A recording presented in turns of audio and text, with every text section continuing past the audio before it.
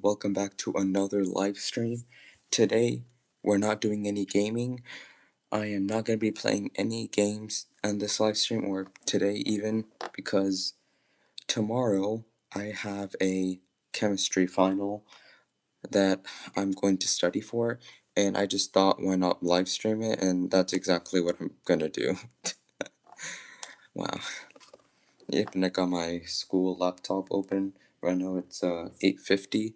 It's 8:50 p.m. right now. And yeah, and I've got my paper the teacher provided for me. Oh, hold on, let me just turn off this. And I have the teacher, I'm not sorry. I have the paper that my teacher provided for me to study for my final, and I have all of my notes up on my Chromebook, or yeah, on my Chromebook actually. So yeah, here we go. I'm done wasting all this time. You're just gonna watch me study, I guess. Oh, what's up, Gaze? Oh, is that Aiden? What's up, Aiden? In the chat, what's up, man? What's up, man? If you were to look at the title, no Fortnite today, I'm actually studying for my chemistry final I have tomorrow. I have a final tomorrow, it's about chemistry, and I'm studying for it. Wow. Here we go.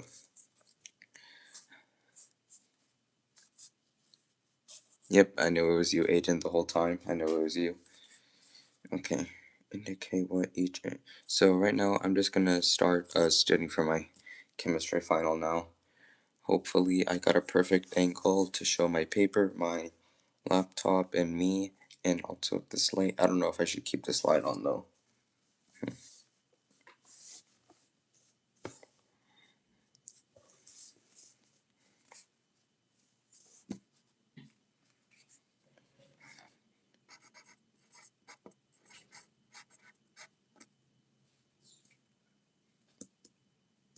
Graduated cylinder.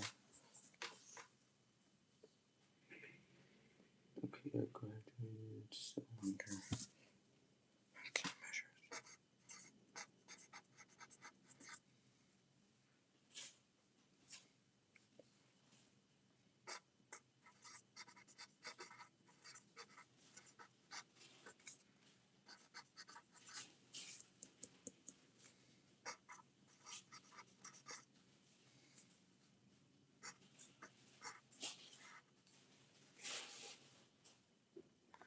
Go look on the test. Oh, thank you so much, man. Leshea Myers. Oh, what's up, Leshea Myers? And what's up, Kim Dawson? What's up? What's up to you both in the chat? Oh, we got 7 viewers. Okay, what the heck? What the heck? Okay. Yeah, if you can tell by the title, yes, I'm studying for a chemistry final that I have. Yes, I'm studying for a chemistry final. Yeah, basically. Oh, we got 16 viewers now. Okay, okay, okay. It's going up, I see. It's going up. It's going quite up. And endothermic reaction energy is. Okay. Endothermic, okay, that would be released from the system into the surroundings. Let's see if I got it. Oops.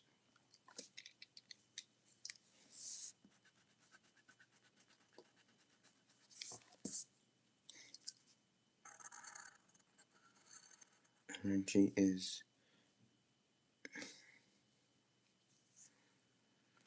absorbed from the systems.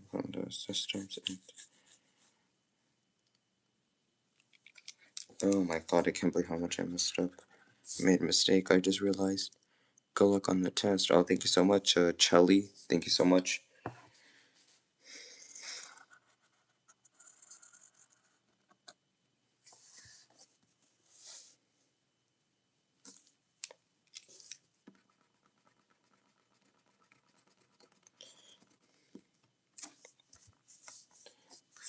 For y'all, I'll just move my hand for y'all so y'all know what I said. Yeah, hi, Chelly. I see you in the chat. Okay.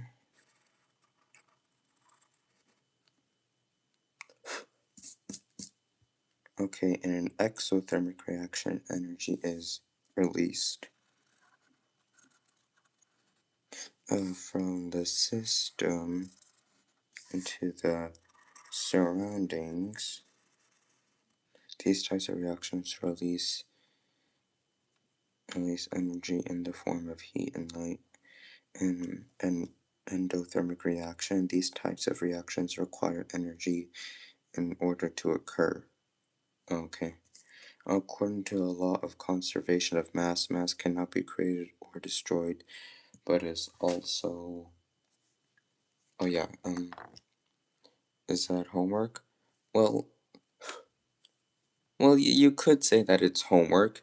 It's actually a paper my teacher gave me to study for the chemistry final, and that's what I'm using to study, for the chemistry final, the papers that our teacher provided for us, like practice questions for the test. So concerned. And I think it's a good thing that I'm doing this review that my teacher gave me, is because she told me that I'll get extra bonus points on the final if I turn this in finished to my teacher. So, oh, okay, thank you, Kim Dawson. Thank you, I appreciate that.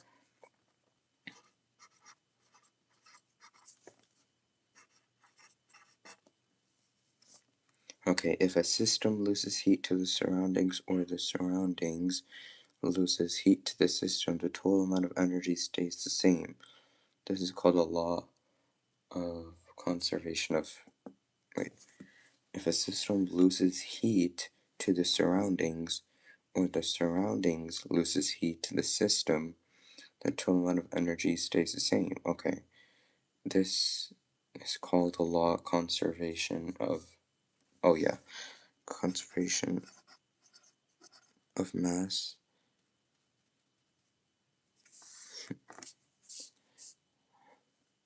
Okay, nice, nice. We have some viewers coming in.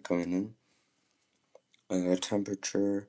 Temperature is a measure of the average mass, of the average kinetic energy.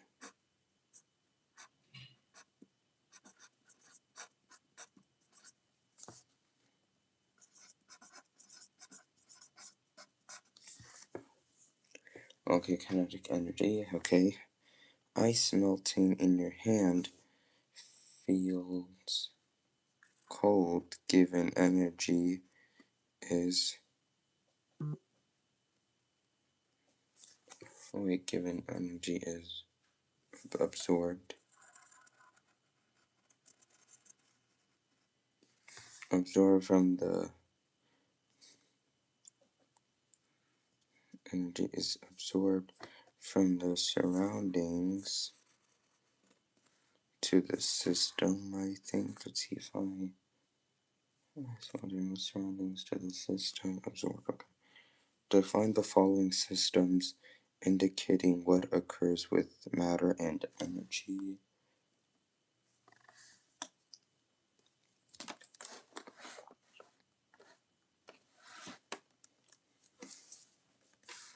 Okay. Define the.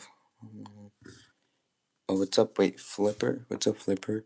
Learned this in college, of course. We may pay attention and study on the day of the test and get up 30 to 45 minutes earlier and just read over your notes. In fact, the brain recalls what it ingests first thing. Oh, okay. Okay, thank you, Flipper. I appreciate that. I'll definitely try that, Flipper. Thank you so much. Okay, a closed system is only energy is exchanged. Okay.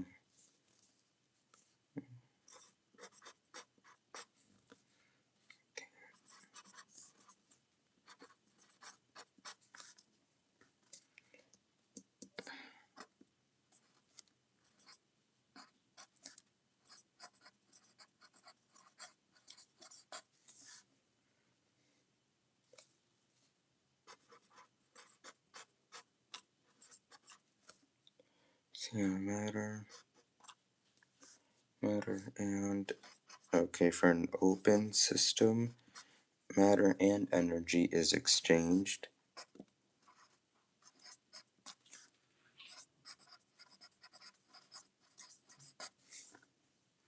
Isolated, neither matter or energy. Okay, neither. Neither matter or energy is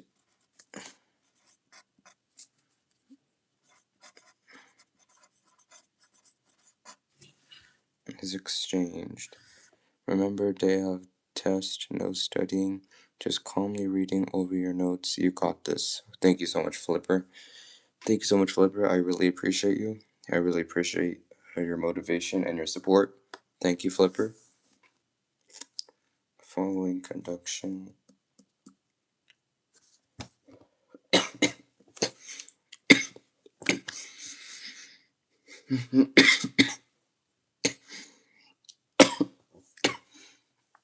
Excuse me.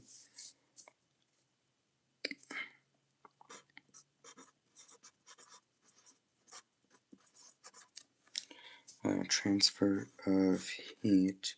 Define the following: conduction, convection, and radiation. Okay, okay.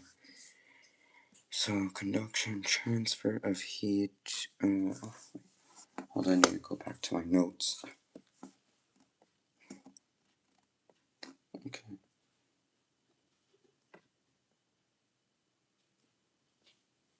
Where is it? Okay. Transfer of heat through direct contact, convection.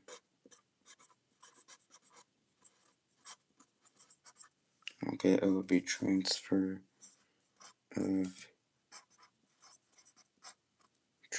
of heat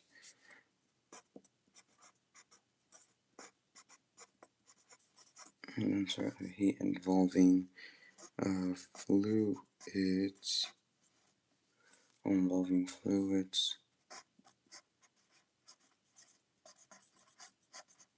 through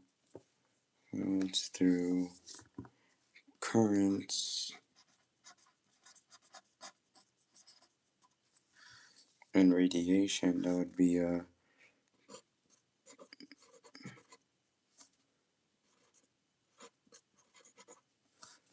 okay, hold on, my writing is terrible. Oh, gosh, I have terrible handwriting. Transfer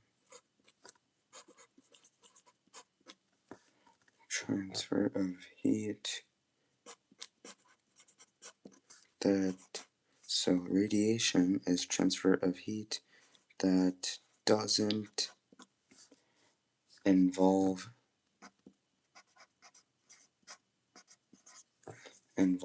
a vacuum.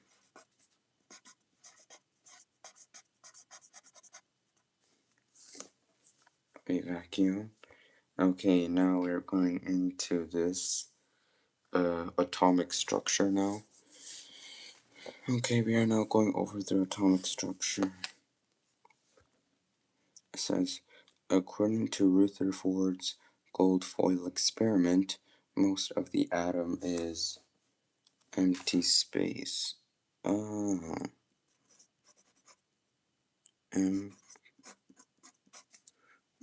Empty space of atomic structure. A subatomic particle with no charge that is found in the nucleus is a neutron. Oh yeah, neutron. How do you spell that? Okay.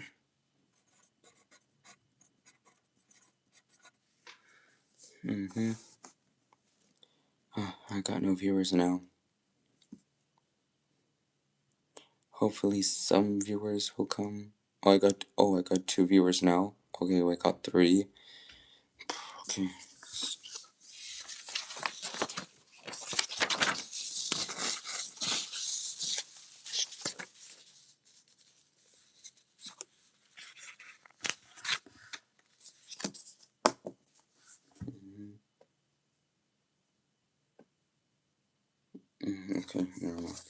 A subatomic particle that has a positive charge and is found in the nucleus is a proton, obviously. And most of the mass of an atom is found in the nucleus, true.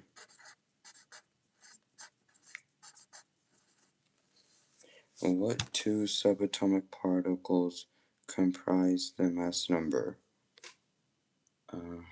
Wait. Oh, right.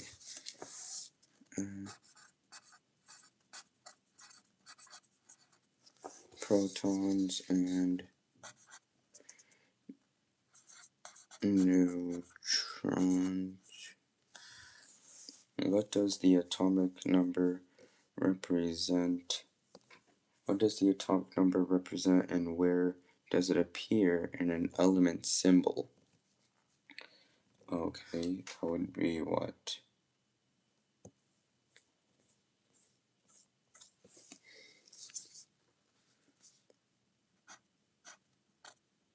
Number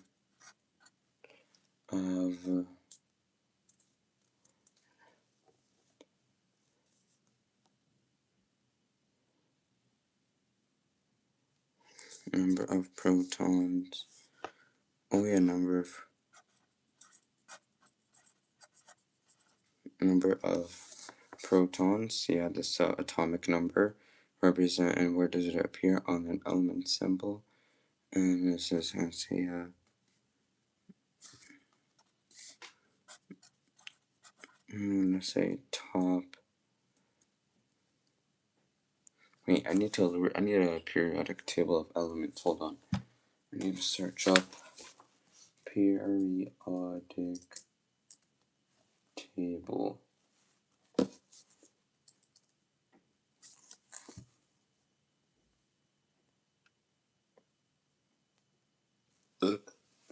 Excuse me.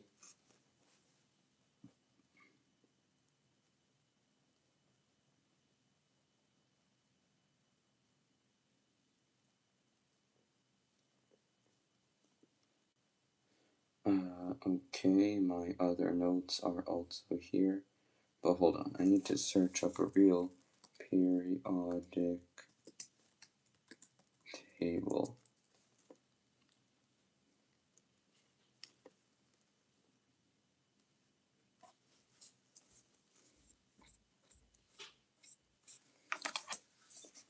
Okay, that makes sense. That makes sense now.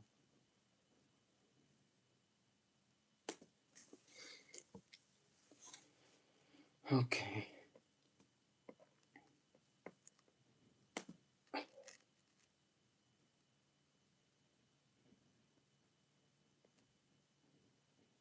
Okay. It works. I made it work. Can I open it in full screen, or is my Chromebook blocked from doing that? Of opening a periodic table full screen. Oh, okay.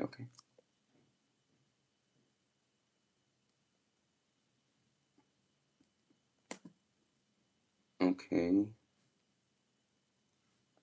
That must be the atomic number and stuff like that. Alright. Top of.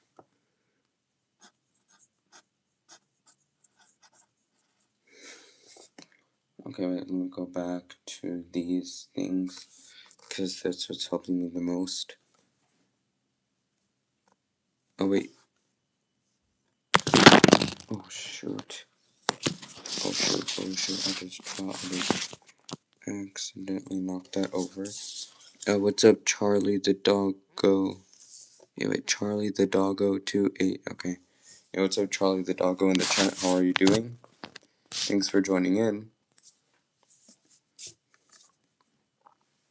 Yes, hi. Hi, Charlie.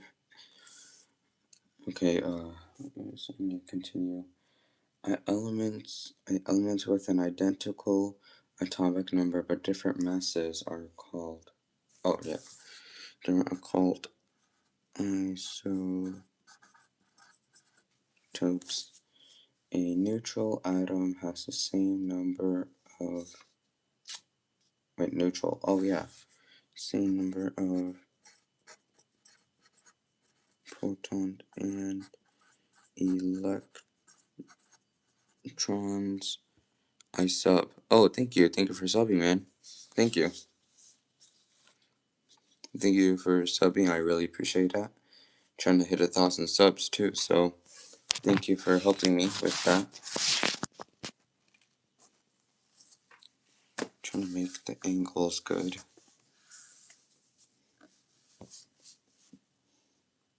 And define isotope.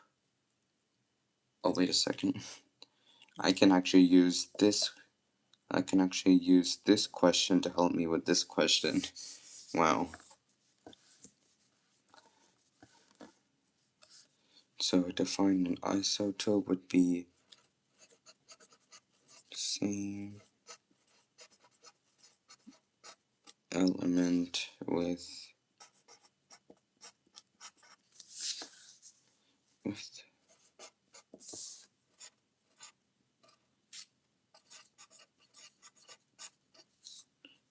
different masses.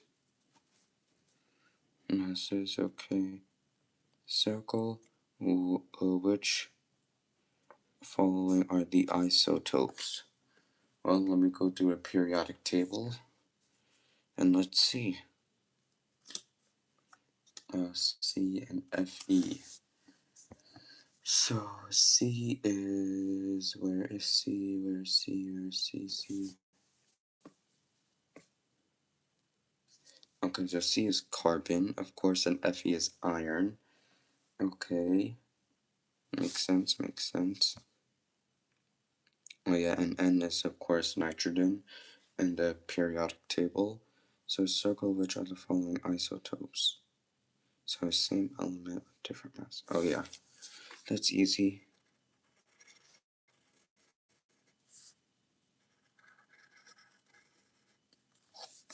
On top of all the carbon on Earth, 99% of the carbon are negative carbon are negative 12, and 1% are carbon 13. Calculate the average atomic mass of for the two isotopes. Interesting. Okay, so how to solve for that?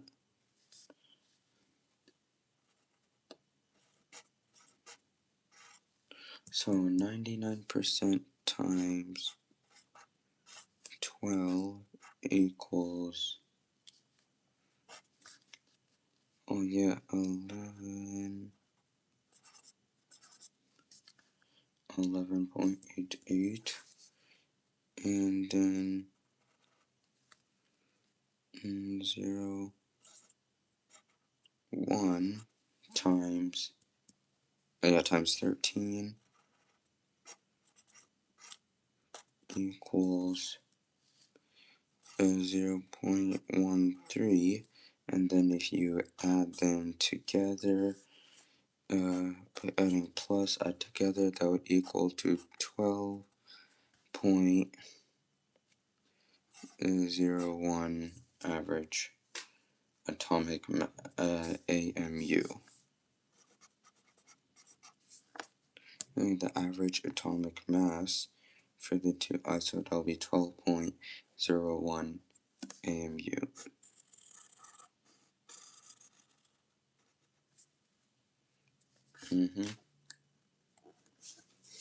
Okay, we'll connect this. I'm looking at this now. Let's see.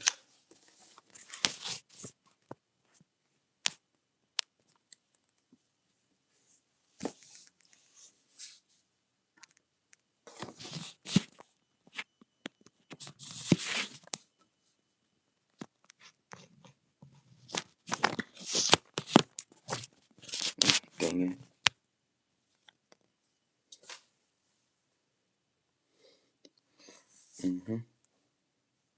So name number of protons, number of neutrons.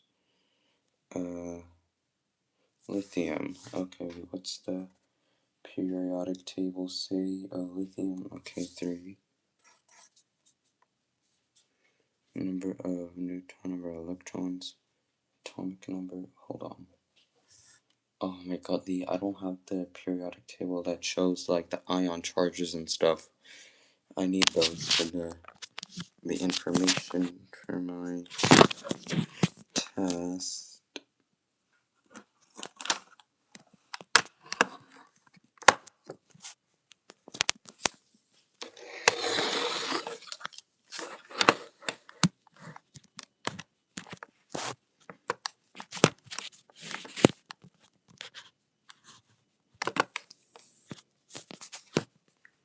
Sorry, chat. I'm just trying to get a good angle for y'all. Hopefully, this is gonna work well.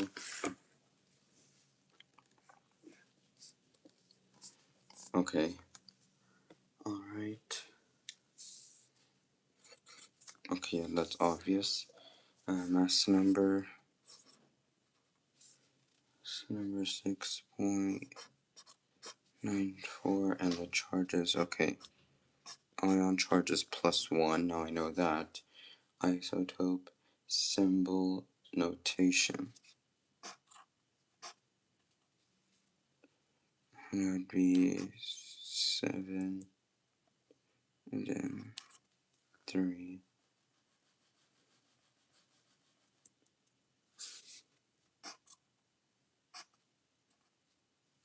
So Li. Let me see. Isotope hyphen notation. Hyphen? I forgot what's hyphen notation for this thing.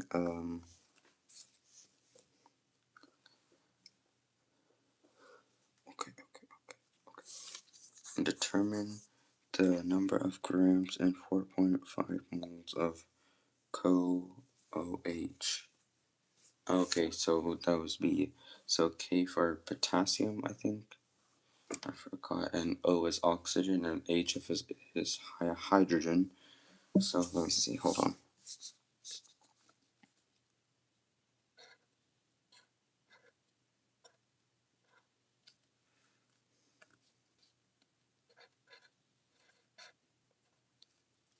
$39.98.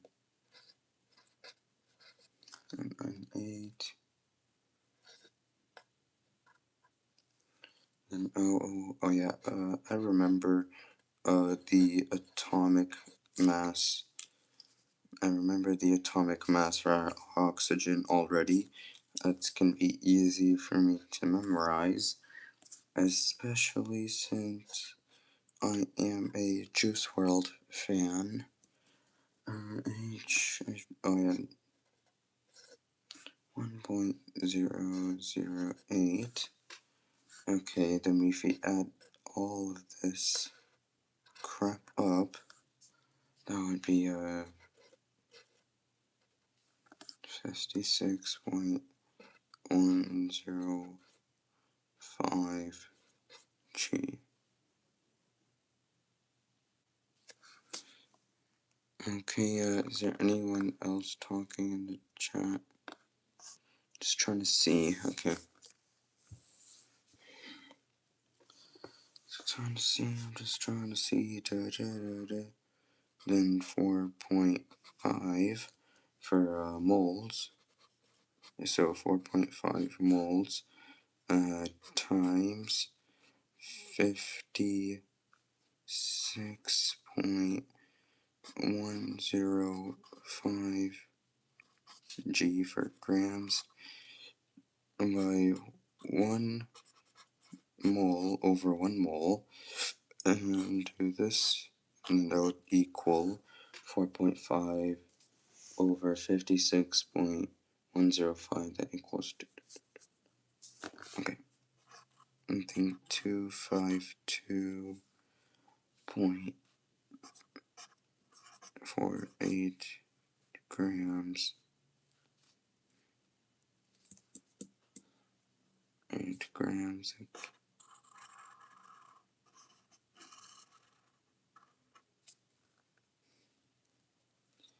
Okay, so let's determine the number of moles in 0.32 grams and ACl. So that would be sodium and chlorine. sodium and chlorine, okay? So Na,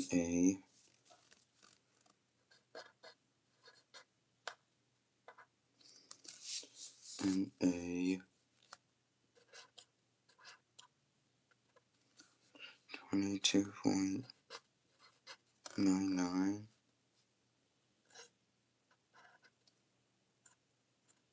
going to Cl equals atomic mass is 35.453.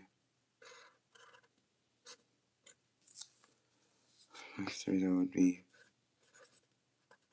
58.443 G, total number of grams for that. And then that would be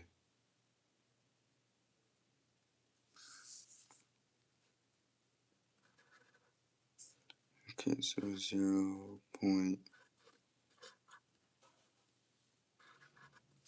0.32 times 1 mole. So if we take 1 mole over the total amount of atomic mass for sodium and chlorine, that would be 58.443. And then if we do, sorry, my hand is in the way so you can barely see the work I'm doing. It would be 0.005 moles.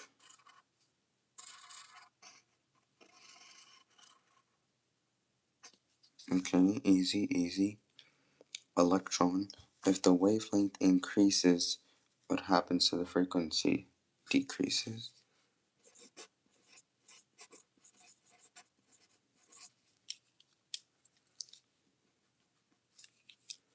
Okay, I have a bad S writing.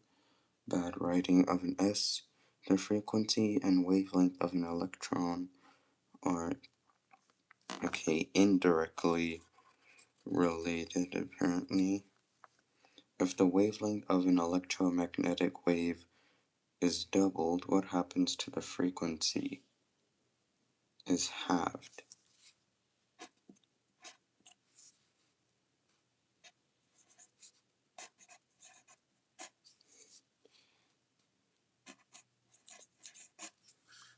Halved. Given a wave. Okay, hold on. Okay, hold on. Okay, it says given a wave with frequency of 2.0 E19 Hz, determine its wavelength. It's Hz. Hold on. Am I going crazy? Because I got no idea what is Hz. Is that an element? Is that supposed to be an element in the periodic table? Hold on. Hz. I never heard of that before.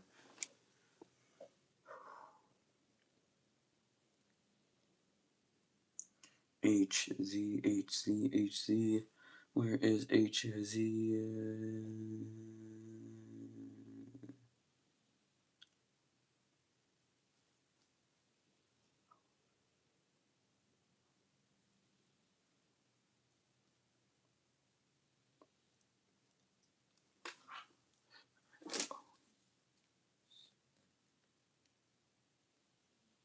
Okay, and no, I don't think Hz is an element because that really wouldn't make any sense.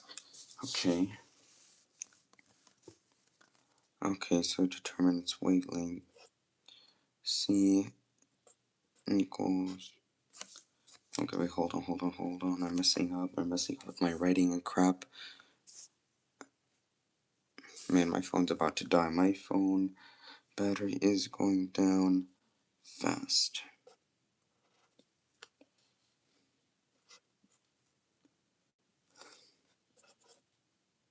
I've been streaming now for quite a long time, I think.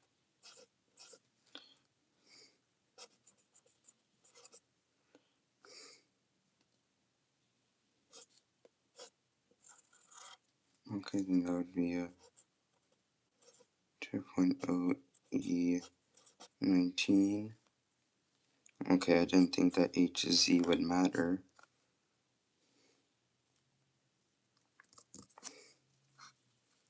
Okay, then we got this and that.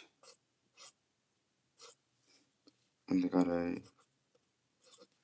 2.0 E19 again.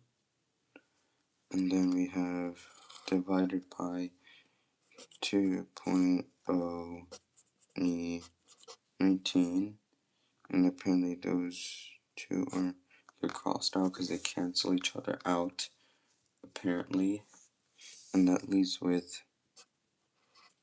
wavelength equals 1.5 E negative 11.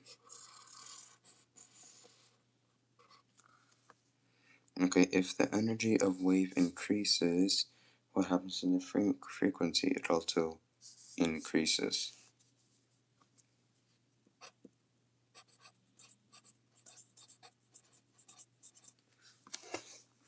And the frequency and energy of an electron, the frequency and energy of an electron are directly related. If the energy of an electromagnetic wave is doubled, what happens to the frequency? That's also doubled. Given a wave with a frequency of 2.0 E19, HC, determine the energy of the wave. Okay, so that would be E equals HF.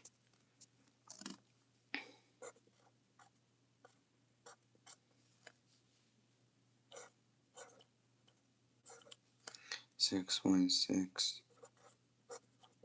3 E negative 34 and 2.0 E 19 equals 1.33 E and then 14.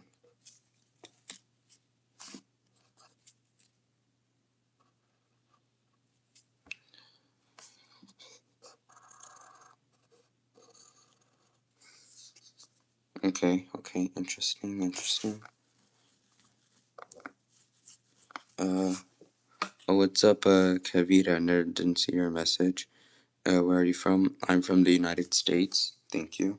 I'm from the USA. Okay, waves with short. Hold on a second.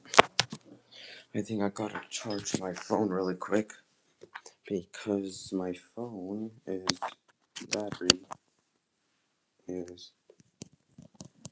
I'm in 10th grade. Kavita, I'm in 10th grade. Okay, is my phone charging? Hold on, is my phone charging? Hello?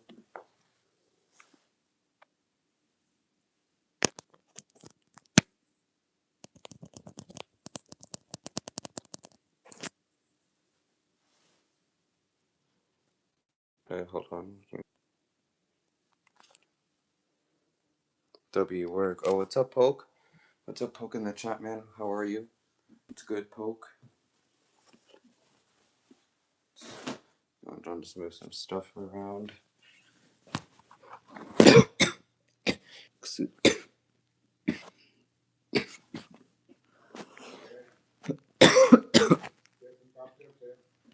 Yeah, well. Hold on a second, chat. I will be right back. How do I do this? You ready for Christmas? Yeah, I'm ready for Christmas. Thank you, Pope. Yeah, just give me a second. I'll be right back. I gotta go do something for my cough. Just started. Just started. You're using cold water for lukewarm water. anything. I didn't use cold water. I saw you. I, when you came out from the bathroom, it was all the tap will be the, on the right side, cold, not heat type.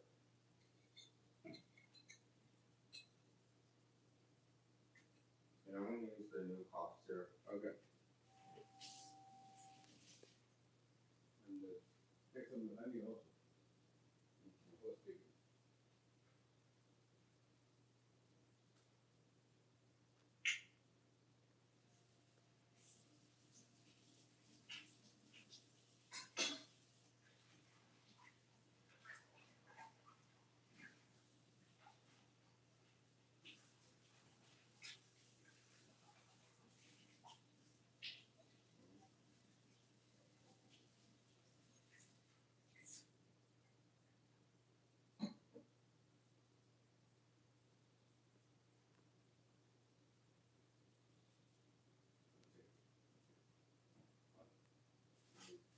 Oh no, I got it. Right?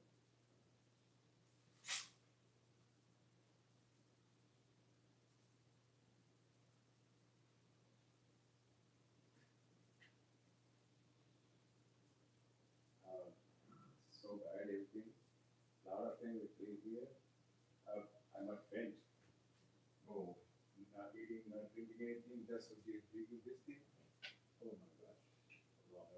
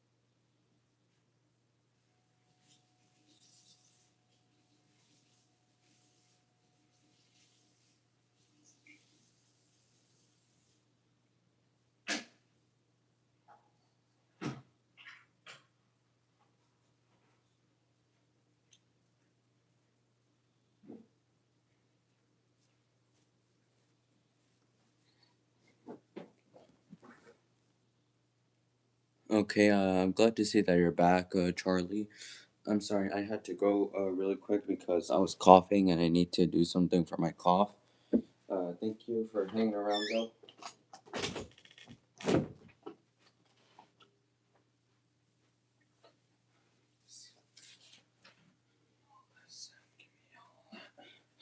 You're just gonna stand here with me right now while you're not gonna go listen.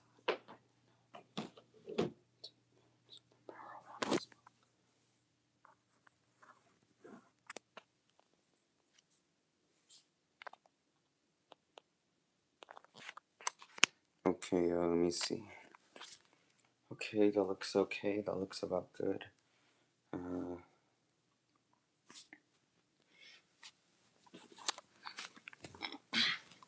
Alright, okay, now chat, I am now on my bed right now. See if I can do this on my bed actually. And just need something.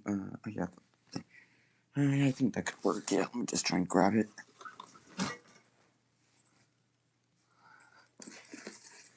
Hold on.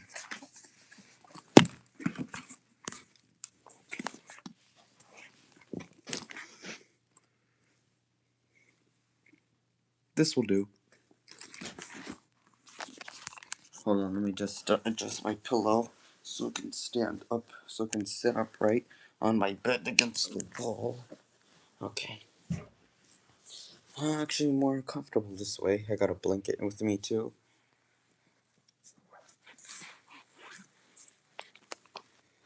Okay, and yes, Yes, I see you, Charlie, in the chat. What's up? Okay, how am I supposed to angle this now? I wonder how I'm gonna.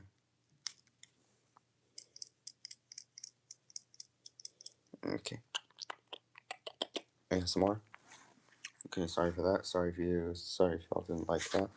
Anyway, waves with short wavelengths have high frequency, high energy. Okay. Alright, write out. It says write out the electromagnetic spectrum. Indicate which side shows long wavelengths, high frequency, and high energy. Indicate which side shows shorter wavelengths, no frequency, and low energy. What the heck? Oh, electromagnetic spectrum. Indicate which side shows long wavelengths, high energy, and. Okay, hold on. Okay, interesting. Alright. Yeah, this will have to do for now. I just don't know how I'm gonna make this any better. Okay, then that would be,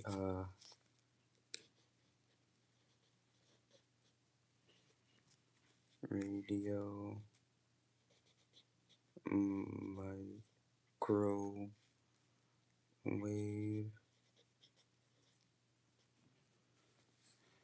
okay, microwave,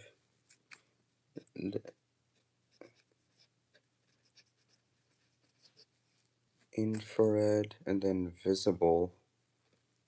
Visible, interesting. I don't know what visible, and then what is that? Ultraviolet rays, I guess. Okay.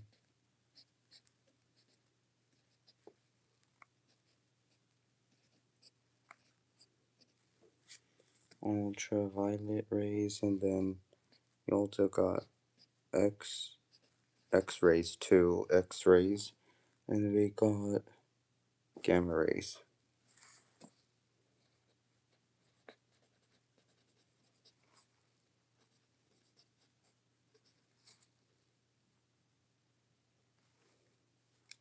Okay, hold on. I need to rewrite the letter G on gamma because my G looks terrible. Okay, no, that one looks even worse. Okay.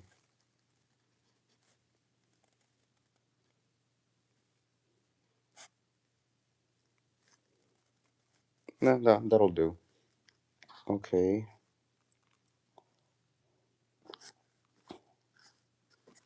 Okay, and then we do,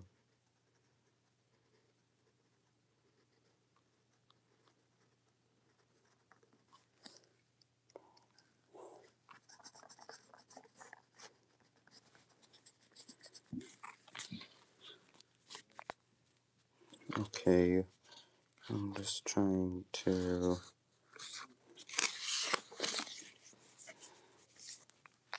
Yeah, guys, I'm on my bed right now. I'm seriously on my bed.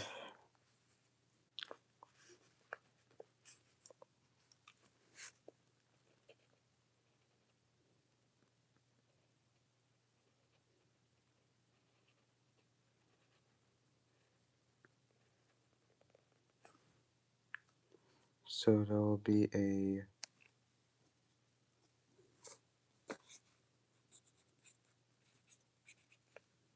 high freq,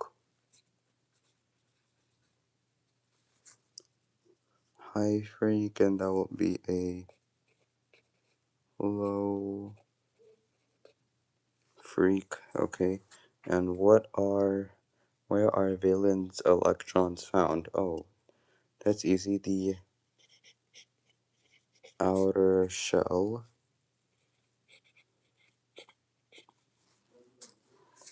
at the outer shell. Okay, sorry, it's hard to like write with one hand and film with my other. I'm gonna write the complete electron configuration. It says complete the electron configuration for the atomic, atom, or ion below. Okay, let me see. That would be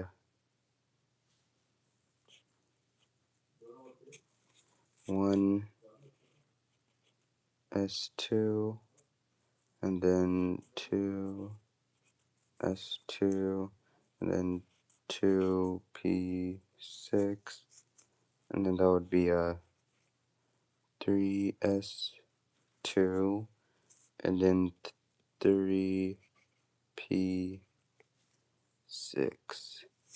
Okay, and then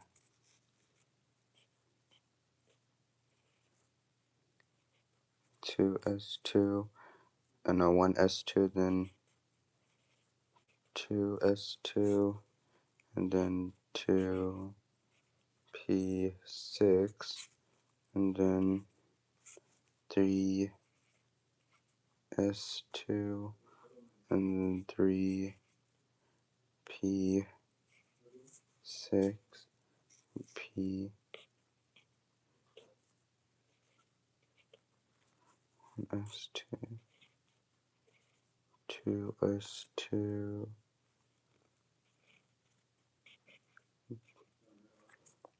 2p6. Doing this right, then 3s2, and then I got a 3p3. Wow, my handwriting.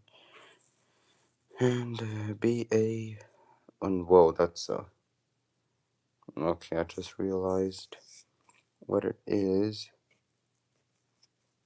1s2, then that would be a 2s2, then oh yeah, 2p6, 3s2, 3p3. Okay, no, wait, no, it's not 3p3, no. 3p6, and then it would be a 3p6, then it would be a 4s2, and then 4s2, then a 3d10,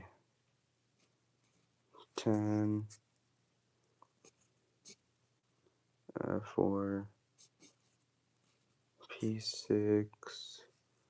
and then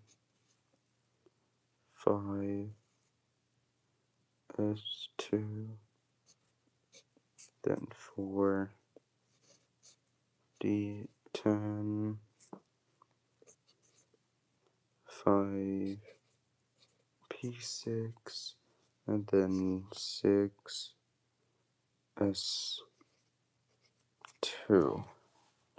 Okay, I think that works. Oh, goodbye, Charlie. See you later.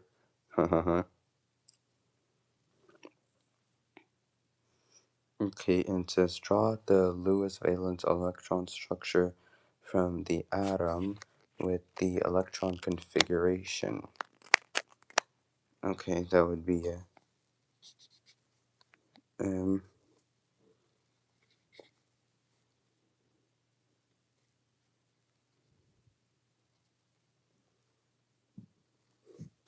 okay, how many valence electrons does the element from number 36 have? Oh yeah, number 36, that would be 2. And it says the next one is we have atoms lose or gain valence electrons to attain the electron configuration of a of a noble gas. And a cation is formed when an atom has lost lost electrons to resemble a noble gas. And it says, write the core form electron configuration for the following ions. So the Mg plus 2, that would be Ne, and then Al C would be Ne,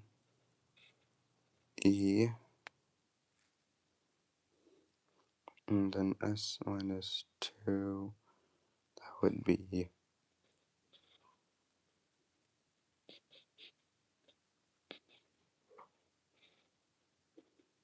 Ar. Okay. Alright, just studying. And right now, guys, please do not mind what you see around it. Or for the most part, I probably should not have showed that. But anyway, yes, I'm in my bed right now with my blanket, and I'm using this hard thing, like for my paper. And I'm have my Chromebook right here for my other extra notes that I might need. Okay, anyway, here we go. What is the short core form electron configuration of bromine? Bromine. Okay, bromine. Okay, let me just this is not working. Bromine, that would be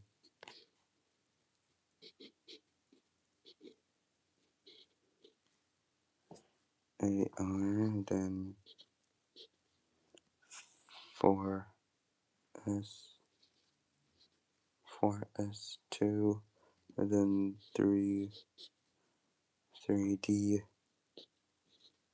3D10,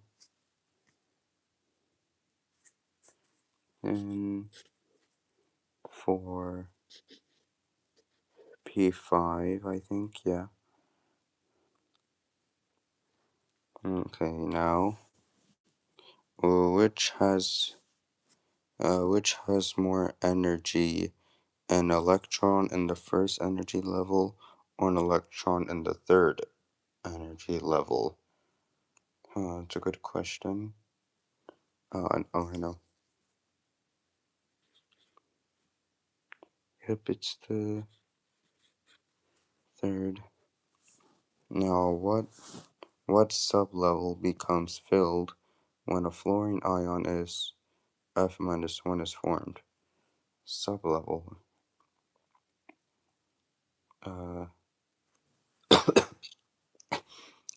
Excuse me. Excuse me. Second. And now, 44. List 3 elements that have similar chemical and physical properties of silicone. Okay, silicone. That would be S, then SN, and then B. Okay, 3 elements that have similar chemical and physical properties of silicone. Hold on, let me go to a periodic table on my Chromebook. Okay, so talking about silicone, I put S, SN, and PB. S, SN, PB. Okay, so silicone.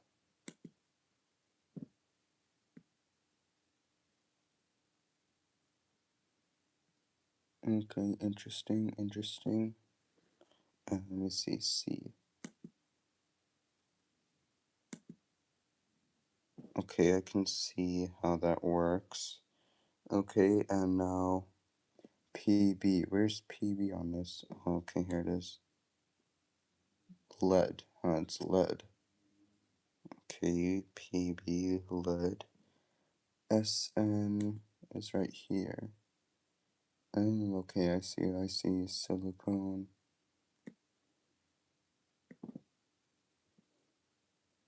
Okay, I see how they Okay, I see. For so how they're similar chemical and physical properties to silicone. Like we put C, SN, and PBs. To start with C, for C is carbon, and this is what it would look like. And you can see how similar it looks to silicone. Next, we have SN, which is tin. You can also see how similar that looks with silicone and tin. And now PB, which is lead, which is right down here. And you can see how similar lead looks to silicone as well. Okay, now, let's zoom out. Okay, now let me see. 45. An element with an electron configuration ending in P3 would be in which family? Good question. P3. Let's find out. P3, P3, P3, P3, P3. 1, 2, 2, 2s2, and a 6, and a 3s2, and then a 3p, maybe a 3p. Okay, 3p. Reactive nonmetal. Hold on. I still do not get it. Okay, it says an element with an electron configuration ending in P3 would be in which family? Okay, now I see. It would be the nitrogen.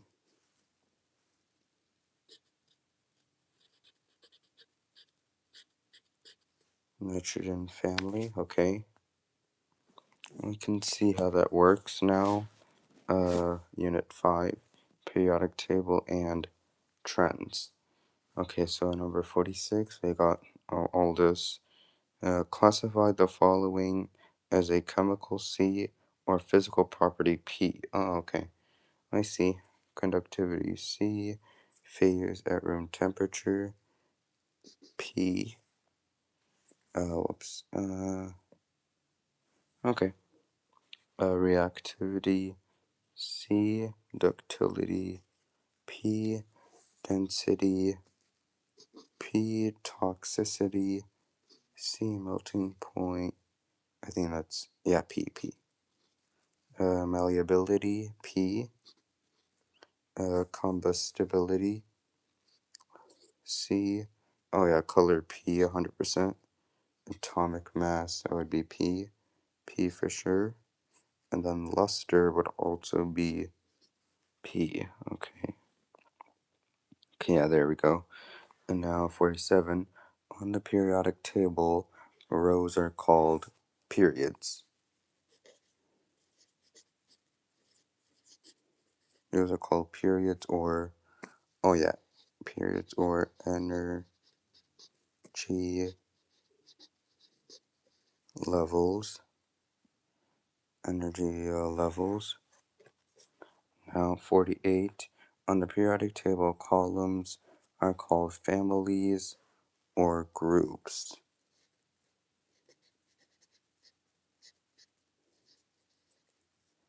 Families or,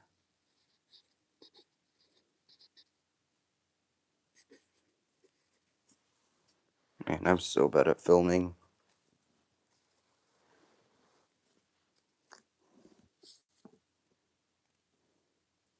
Now atomic radius. 49. Atomic radius increases down a group. Okay, yeah.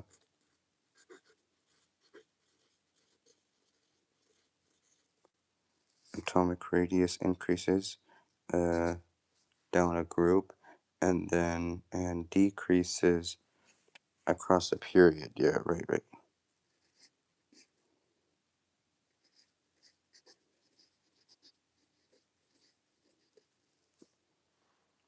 Decreases across a period.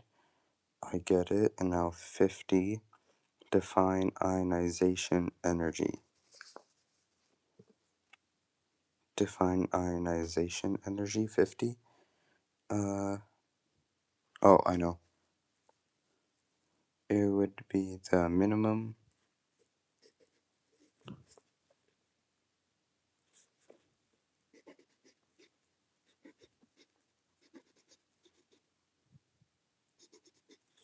the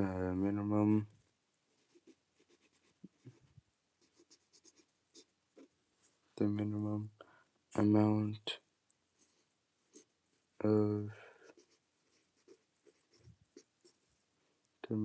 amount of energy, the minimum amount of energy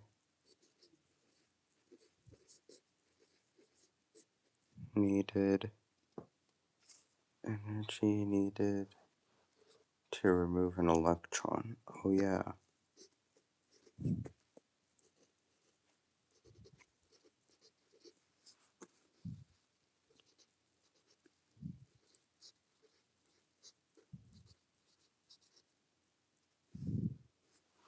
To remove an electron, 51 ionization energy decreases down the group and increases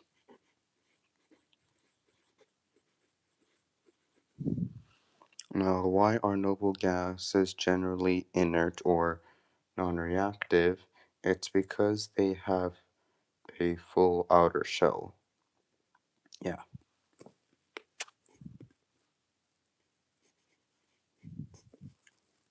They have a full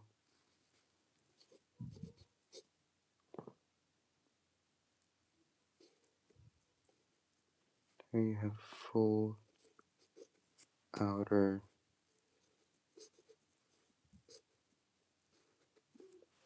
full outer shell.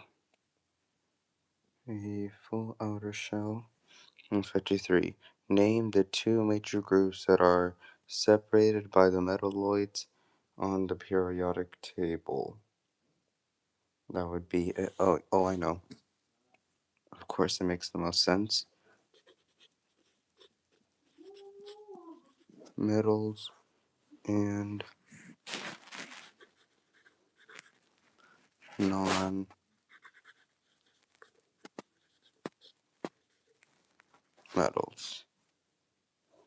Non-metals. Okay, now 54.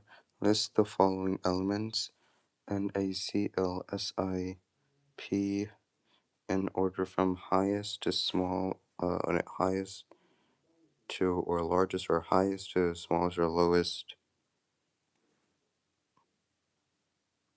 Oh, wait. Oh, and atomic size and ionization energy. Oh, okay. I get it now. Okay, atomic size. So an atomic size, that would be an A, S, I, then P, then a C, O, and then ionization energy. It's like the other way around. So Cl, then P, then Si, and then Na. Now 55. An element has similar chemical and physical properties as elements in the same group. Okay, yes, an element has similar chemical and physical properties as elements in the same group, of course. And I sure do have a lot of pages on this review, don't I? Oh my god, this is gonna take up a lot of my time.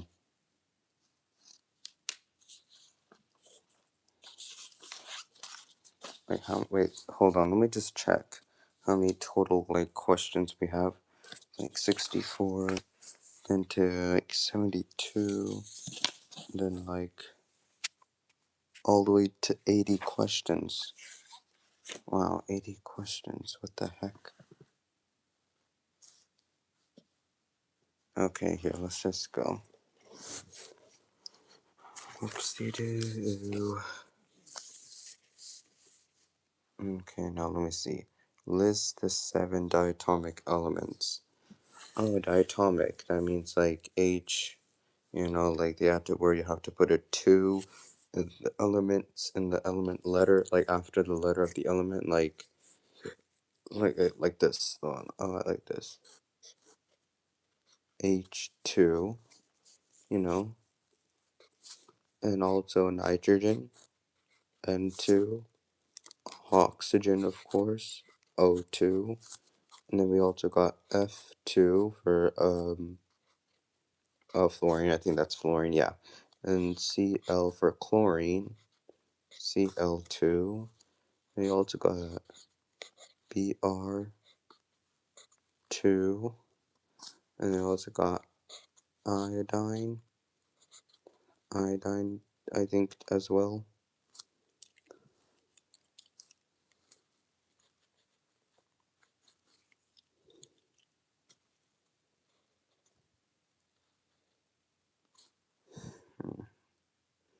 Okay, yeah, makes sense. Now consult your activity series, which is more reactive. Now consult your activity series on which is more reactive. Consult your activity series which is more reactive, F or Cl. And then using your knowledge of the following groups, fill in the table below. Oh, here, I'm gonna skip 57, 58 for now. Since I think the table might be easier. Using your knowledge of the following groups, fill the table below. So alkali metals, group 1, and then common ion charges +1, and they're usually a solid, and then Y. Okay, now alkali earth metals, we also have a 2, and then a +2, and that's a solid, of course. Alkali earth metal solid, and conductivity, yes, since it's metal. Halogens, that would be group 7, -1 of the ion charge, and then nope, it is not conductivity. And then noble gases, of course, 8, and ion charge is 0. And of course, it's a gases, it's in the name, noble gases. And of course, gases are not conductivity, of course. That's simple and easy to understand in chemistry. Okay, now we have 60 follow bonding. Fill in the following chart: metallic, made up of metal, non-metal, or both. Oh, okay. Okay, I get it.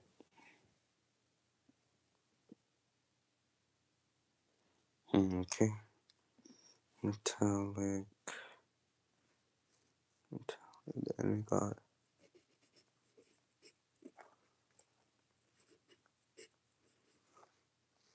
metals, and then ionic, both, and then covalent,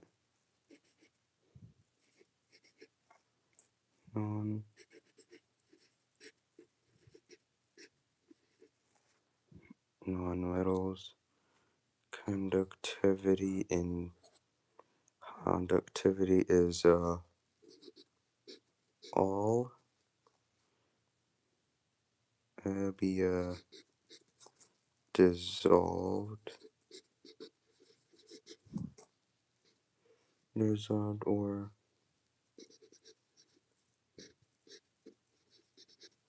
molten and never. Now, electrons are shared, transferred, or are in a C.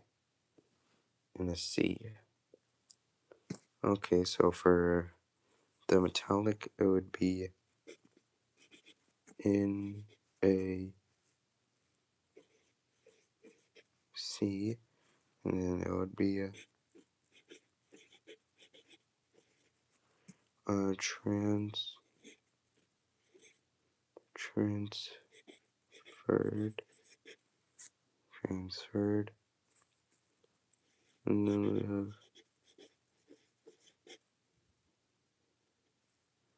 have shared.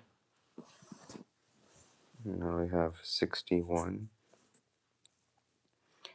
61. In an ionic bond, the metal loses electrons while the non-metal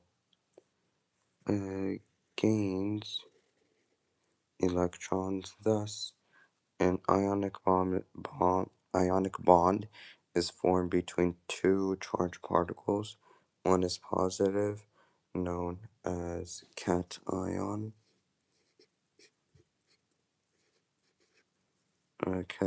and one negative, known as an anion.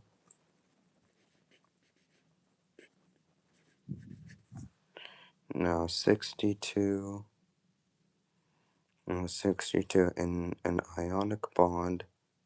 Let me see, an ionic bond, an ionic bond, the metal ionic, oh yeah, of course,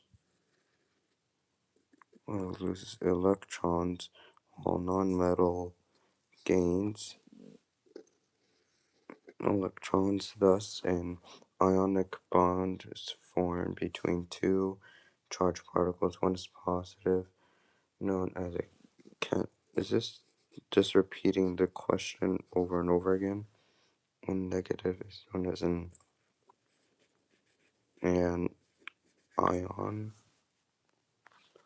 Wait, is it the same question? 61 and 62? I don't know, but maybe it is. 63. Which type of bond do the following have? Ionic, covalent, or metallic? HCl. HCl, that would be covalent. Li, lithium, and OH, that would be ionic. So HCl covalent bond, a lithium and oxygen, hydrogen, that would be ionic. And then Pb would be metallic, since there's metal. And then CH4, that would be covalent. Now, list the 10 prefixes used in covalent nomenclature. Oh, okay. So one is mono. Two is D. Three is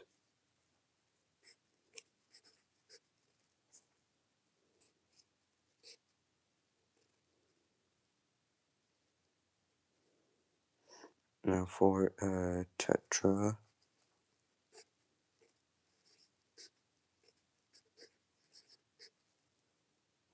For tetra. Okay, I cannot write with this dumb thing in here. Five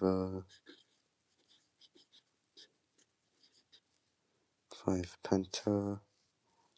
And 6 is a hex, which makes sense, you know, a hexagon, a shape, 6 sides, hexa. 7 is hepta. We got 8 octa, you know, octagon, octopus, like an octopus has 8 tentacles, and octagon has 8 sides and 8 angles, you know. 9 is a nana, and also known these. 10 is deca, or I'm not sure. Clica. Clica. Okay, 64. Flip it to this page. Now name the following or provide the chemical formula. Okay.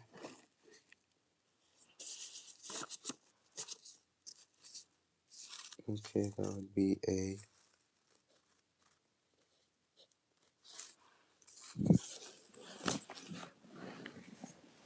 Oh, sorry, chat. I'm just. Man, filming like this is really quite painful, actually. It's actually really quite painful filming like this in the way I am filming for this live thing. Hold on.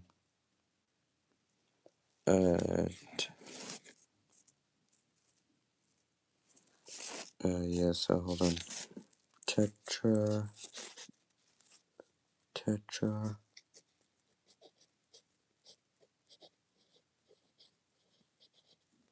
nitrogen,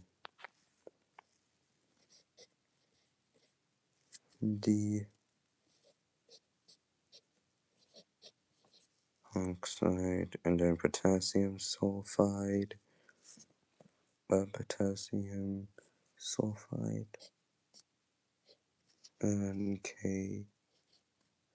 K2S.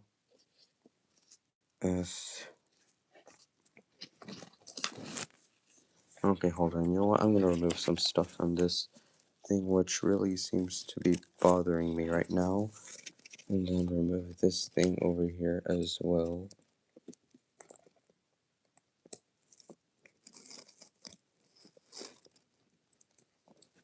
Okay, you're gonna just remove this strap, just put that away. Now. Oh, oh man. Okay, hold on. Things are not adding up here. The nitrogen pentoxide. The nitrogen pentox. N2O5 and CO2. Oh yeah, CO2. Whoops. CO2, yeah, that's obviously carbon.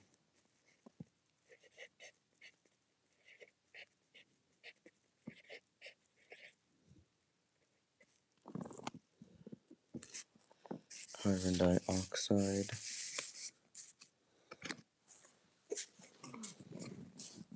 Okay, now, aluminum. Oh, okay, hold on. Al2. Oh, yeah, makes sense.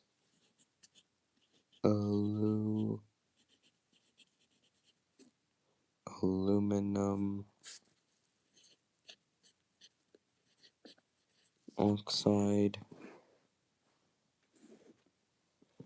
Ca, that would be.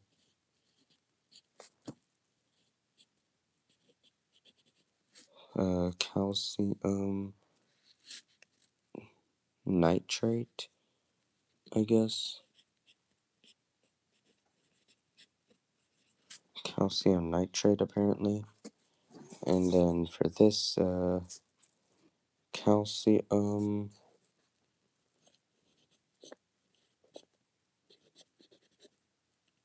Okay, calcium.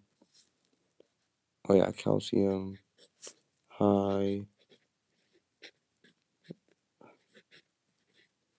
hydroxide. Then we got alu. Then we have aluminum,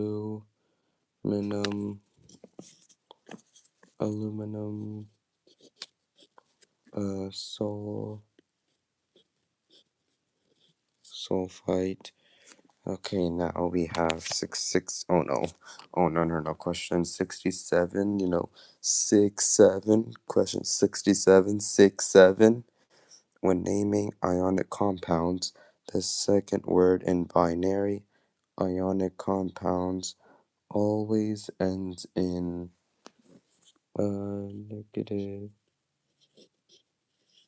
"ide". So when naming ionic compounds, the second word in binary ionic compounds always ends in negative "ide". Okay, interesting.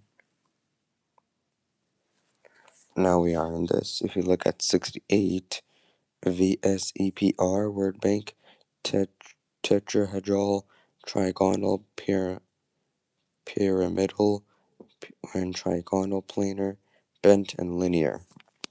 So yeah, here we go. First we have CS2. So in the Lewis dot structure for this is S. Okay, and then something like that, yeah. And then it would be C.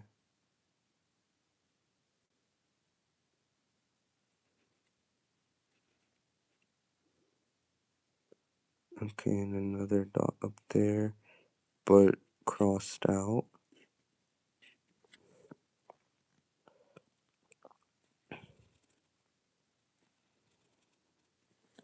And then we have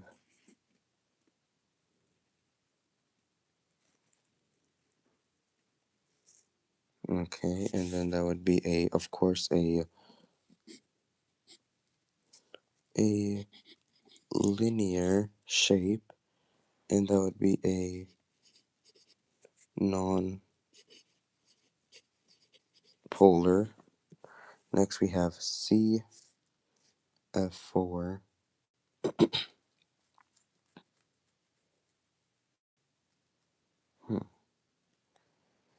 Interesting. CF4. Okay, hold on. This is going to be quite harder to write down as I thought for this.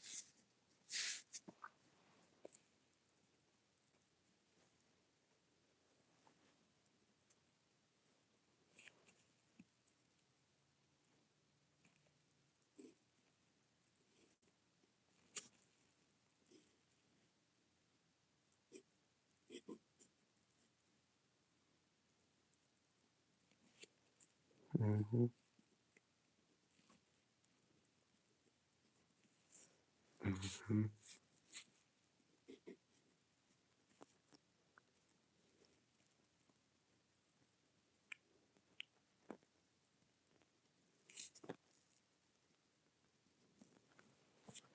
Mm-hmm. Okay, I'm getting there.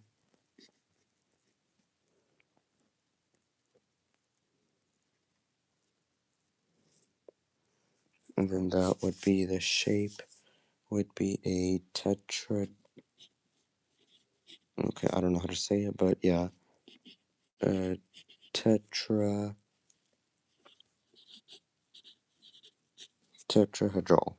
Yeah, tetrahedral, and that would be a non-polar.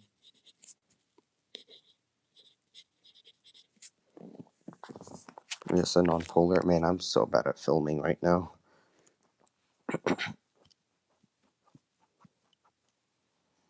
Okay. Okay, now H2O. H2O, hold on a second. This is confusing.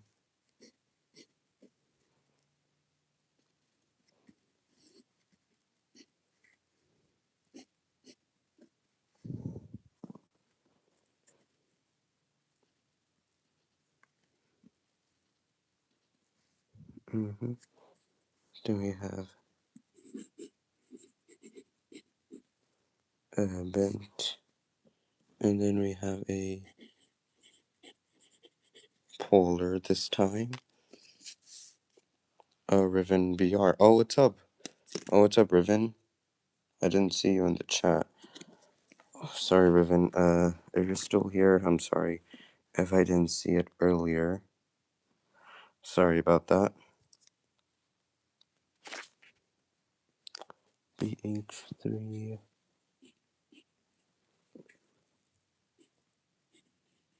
Okay, like that. For BH. Okay, then we add that. And that would be a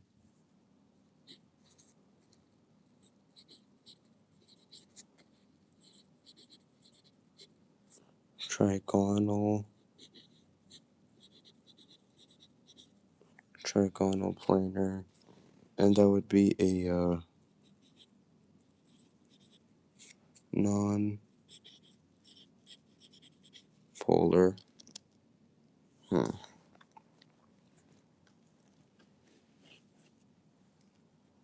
Non-polar. Now, number 69. List 3 factors that increase the rate at which a solid solute dissolves in liquid solvent. Oh, okay. So, one is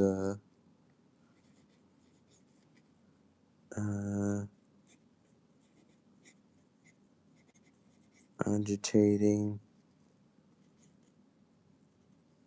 to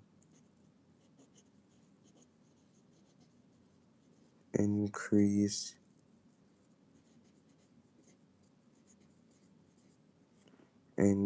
surface area, and 3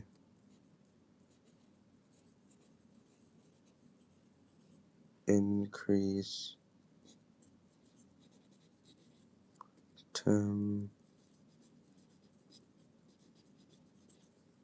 temperature.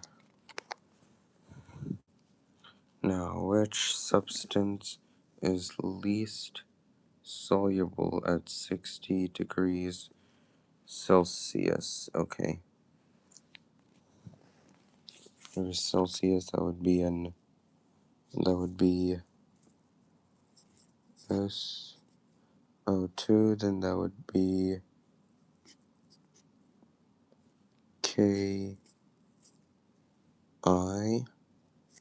and that would be at 85, then this.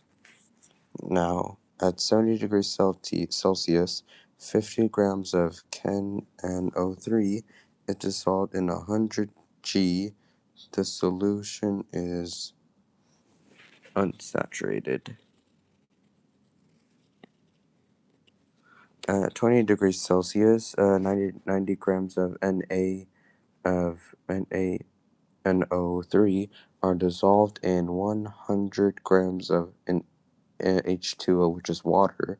The solution is, okay, super saturated. Okay, now flip the page. We are on the last page now of my studying.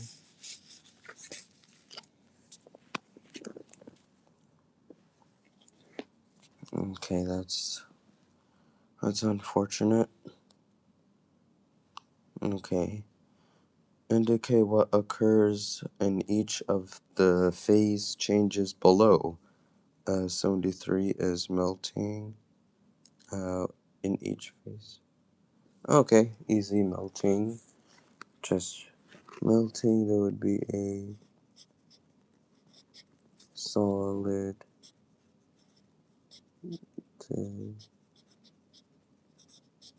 solid to liquid, liquid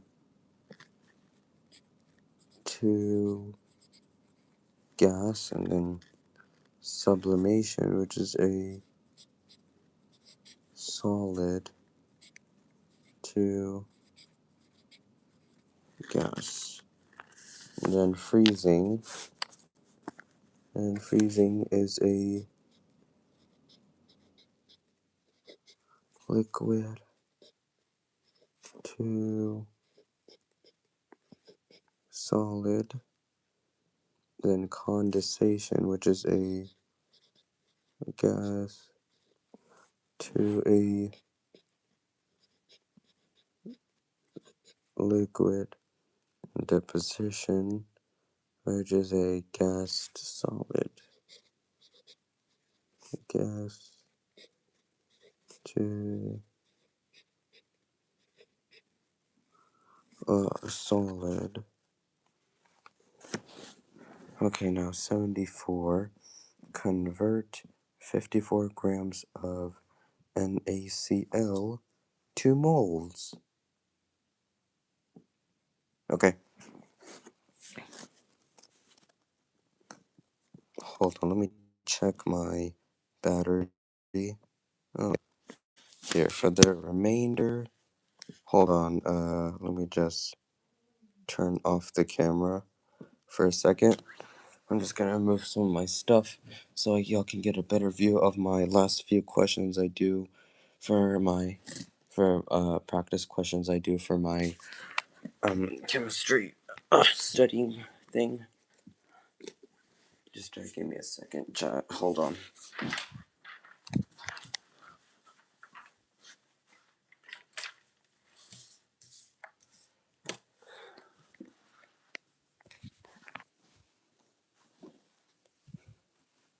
Okay, now I'm just gonna. Okay.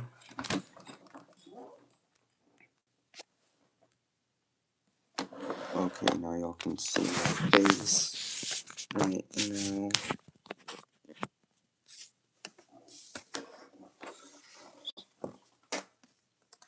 Whoops! I just wrote on my wall. Oh no! I just wrote on my wall. Shoot.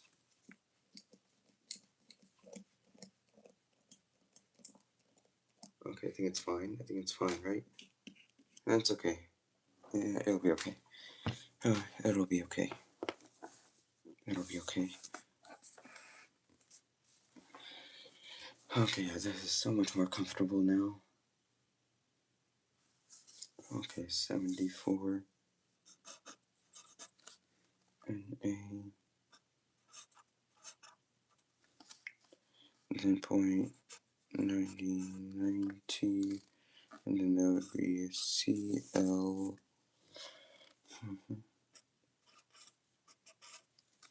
95.45.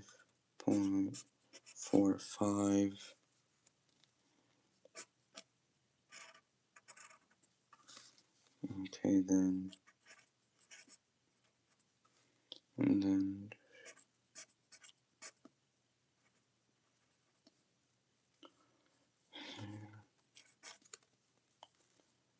okay, then that's what it turns into. And then we do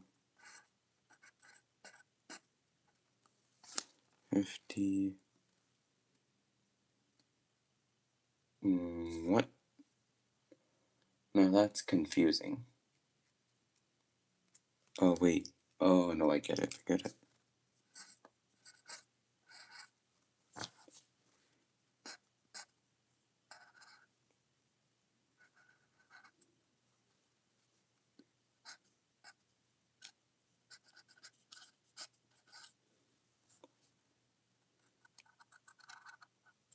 One more.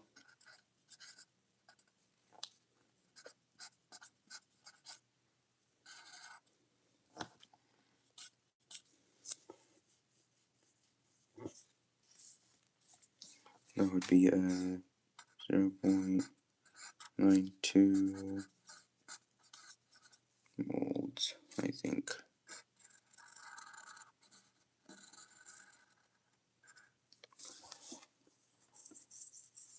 Convert 5 moles into NL moles of sodium and chlorine to moles. Okay.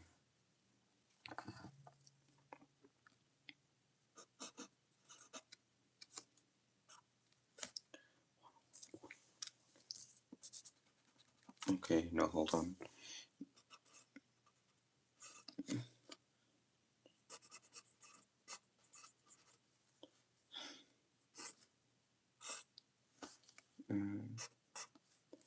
X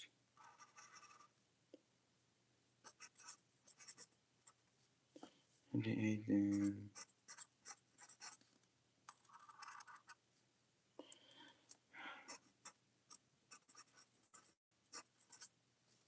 mole equals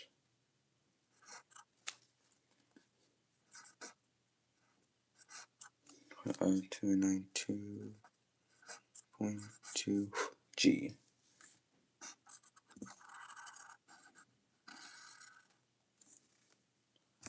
Into G, then convert 25.8 ml to liters, milliliters to liters. That's easy.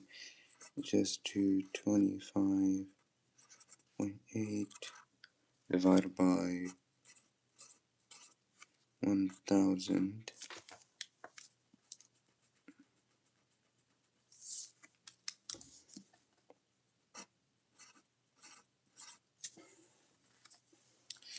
Okay. Okay, then it's to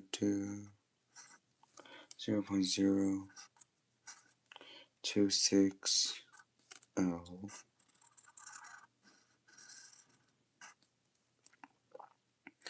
Mm-hmm.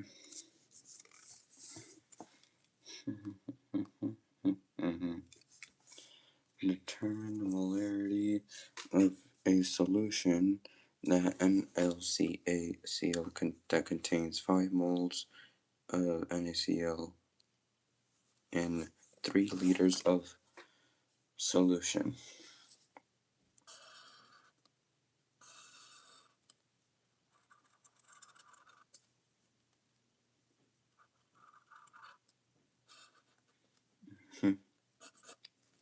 And it's like that, and then that.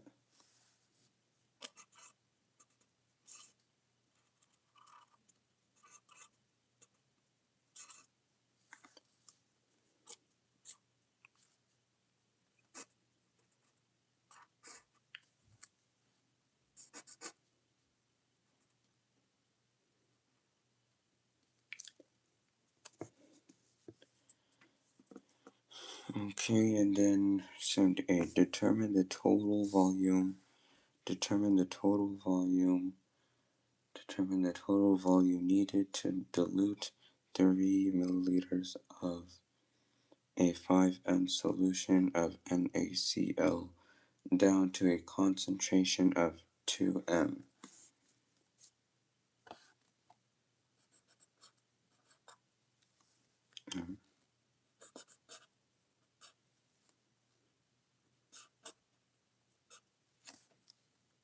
Mm-hmm.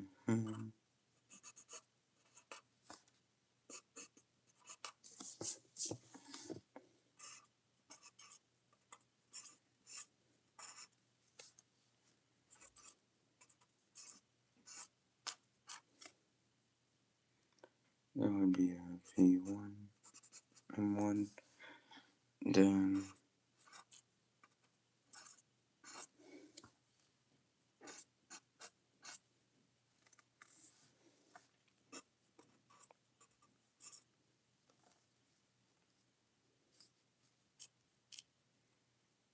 mm-hmm.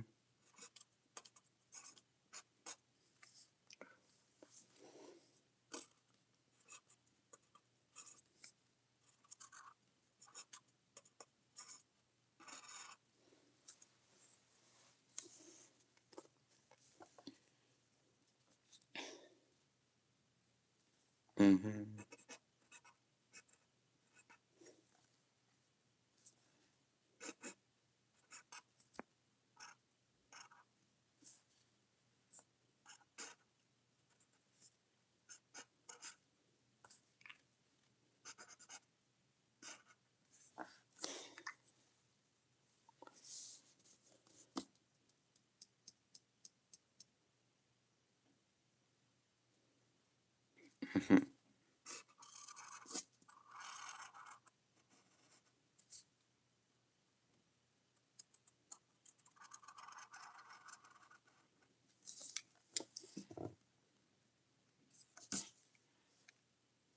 Mm-hmm. Mm-hmm.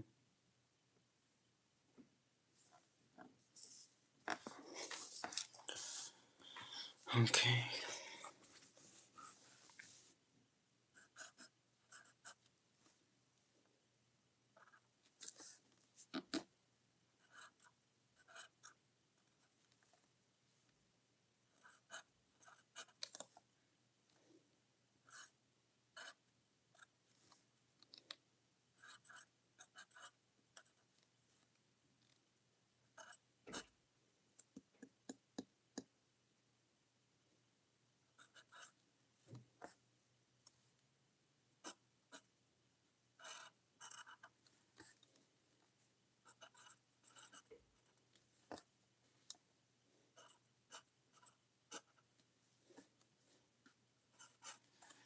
Okay.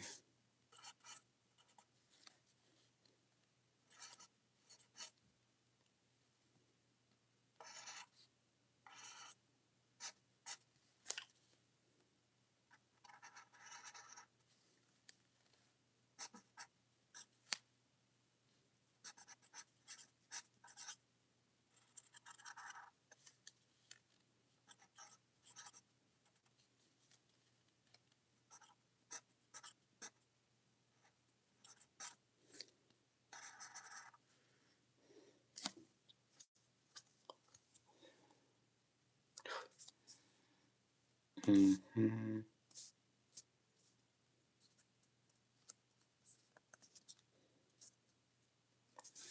Okay, then that equals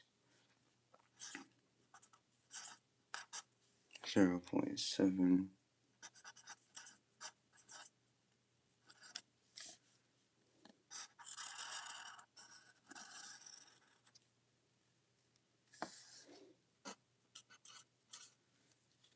Mm-hmm.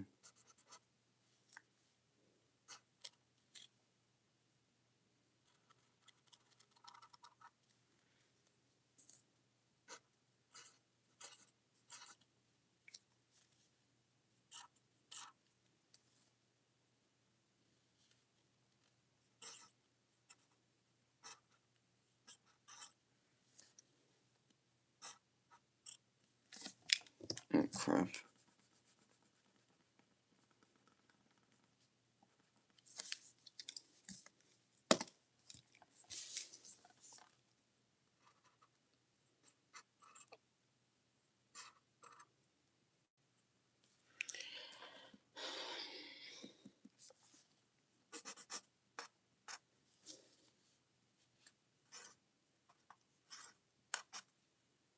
Mm-hmm.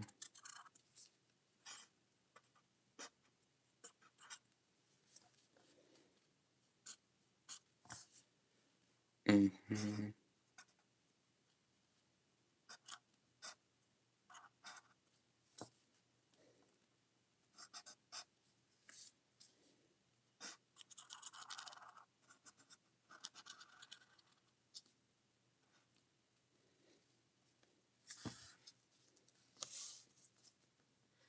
Okay, what determinable areas?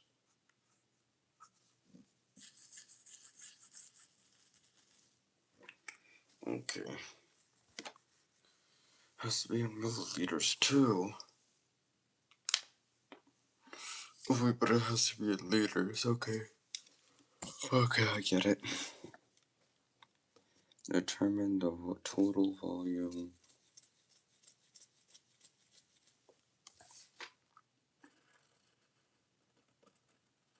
Total volume needed to dilute 50 milliliters of a 1.5 molarity solution of NaCl down to a concentration of 0.7 microgram.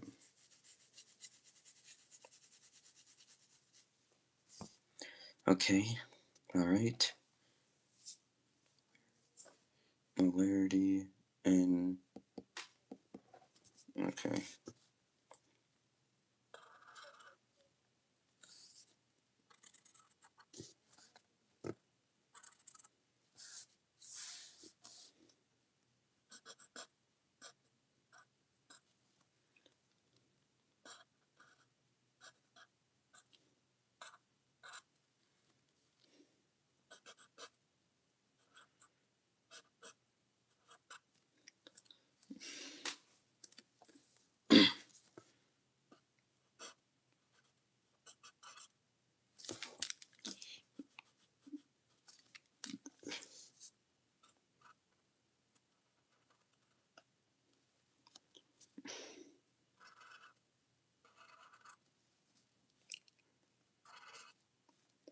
Okay. Why's my zero so terrible?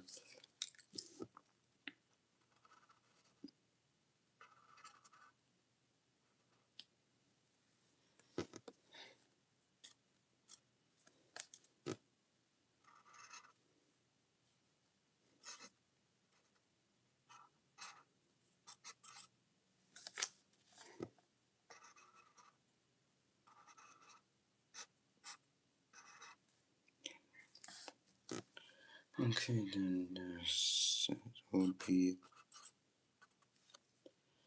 75. Then that would equal, oh yes, 0.75x.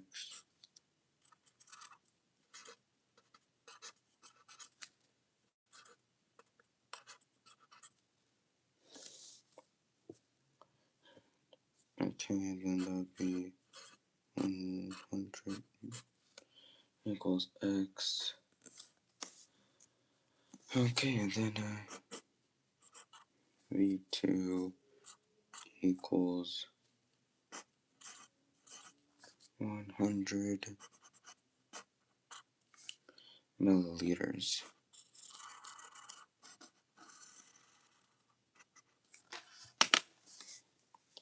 And now I am done.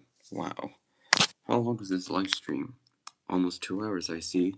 Well then, chat, don't you worry, because tomorrow I might make a little vlog, or maybe a live stream as well of me going to school tomorrow to take my chemistry final. So stay tuned for that, y'all. Alright guys, so I think I'm just gonna end the live stream right here, right now. So I hope you all enjoyed this live stream. Make sure to comment, like, and subscribe. And I'll see you later. Goodbye and have a great day. Peace out. Shoot. Oh, what the heck? What did I just do?